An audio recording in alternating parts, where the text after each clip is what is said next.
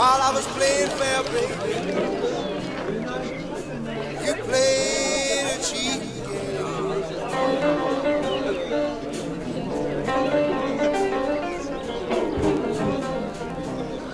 While I was playing fair, baby,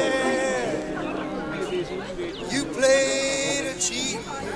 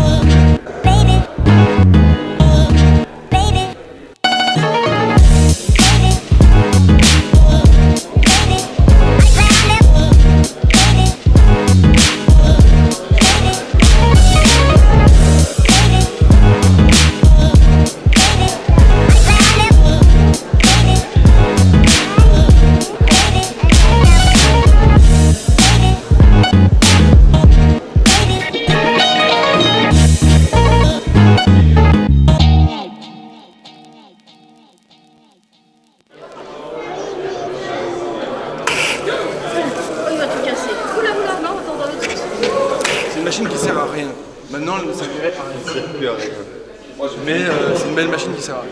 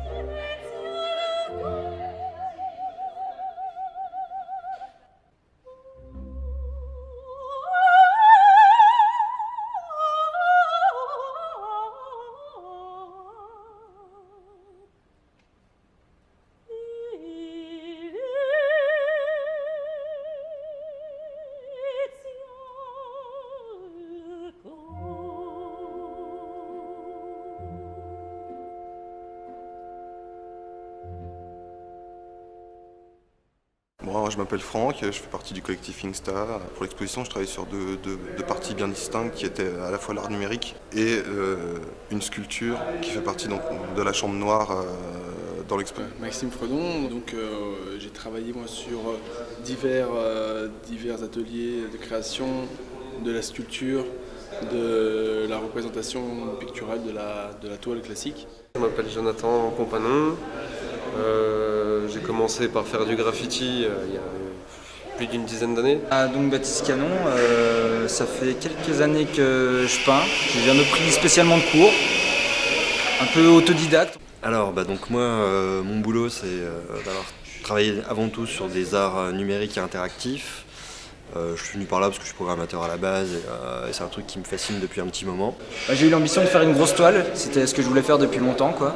Et cette idée, elle avait germé dans ma tête depuis déjà un petit bout de temps. Donc pour cet élément que j'ai appelé le make-art, voilà, le but c'était vraiment de travailler l'association entre l'humain et la machine par l'élément essentiel à la vie, c'est-à-dire le cœur. Ça représente une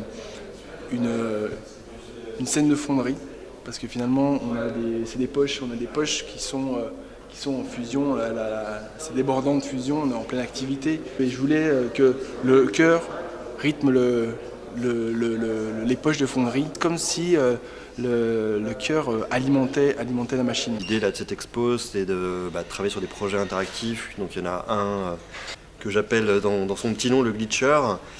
Tu arrives devant la caméra, ça te prend en photo, ça transforme l'image en son, le son est diffusé, recapté par un micro et à partir de ce son, l'image est réaffichée.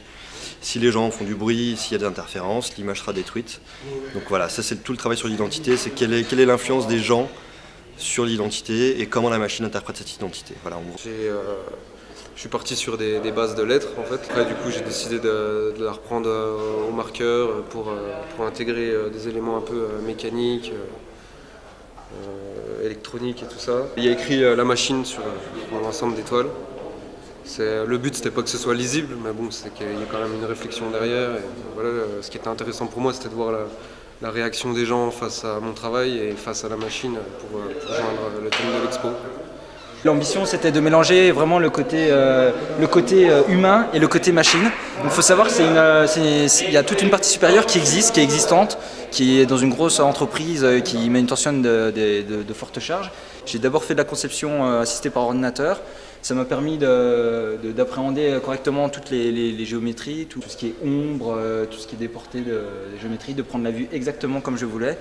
Et du coup, ça m'a permis de peindre, on va dire, plus facilement et d'être assisté par la machine pour arriver à un résultat totalement manuel, quoi, finalement. Sur cette pièce, en fait, j'ai voulu faire passer à la fois un message et à la fois une vision symbolique. Cet aspect chaotique, donc avec des immeubles en dégradation, un tank, des avions de chasse, et installer une personne comme si elle était en plein milieu du conflit, en plein milieu de la guerre. C'est comme si on regarde les conflits et c'est comme si on prenait son propre canapé et qu'on s'asseyait presque en mangeant des chips devant la guerre, quoi. La machine en général, elle se met en marche par des capteurs qui détectent une présence. Et voilà, cette interaction entre être aux commandes d'une machine et en même temps être détecté par la machine, ça fait partie de l'échange. Plus il y a de gens qui vont tourner autour de cet arbre, plus l'arbre va bouger en fait via des capteurs. Et c'est vraiment le côté, est-ce que l'homme devient un tortionnaire de la machine? Est-ce que l'homme respecte la machine? Souvent l'être humain se compare à la machine et puis voilà, j'essaie de trouver quelque chose qui serait sympa sur un t-shirt et puis à la fois qui irait bien dans le thème. Puis du coup, je trouvais sympa de partir sur des robots. C'est des robots qu'on utilise dans la vie de tous les jours, des aspirateurs, avec la télé, tout ça. Les gens travaillent pour Facebook sans être rémunérés, c'est-à-dire que chaque like qu'ils vont faire sur une page, par exemple, va leur rapporter de l'argent. Et du coup, à ce terme-là, l'homme devient une machine, parce que de la même manière qu'une machine qui rapporte de l'argent sans la payer, voilà, l'homme fait la même chose en cliquant un petit peu comme un con, je dirais, sur Facebook et leur permet de générer de l'argent. Donc là, ce qui est symbolisé, c'est ce que chaque like représente. C'est connecté directement à la bourse de New York et on voit un peu l'évolution du cours du like, voilà, et la valeur de ce que fait chaque personne.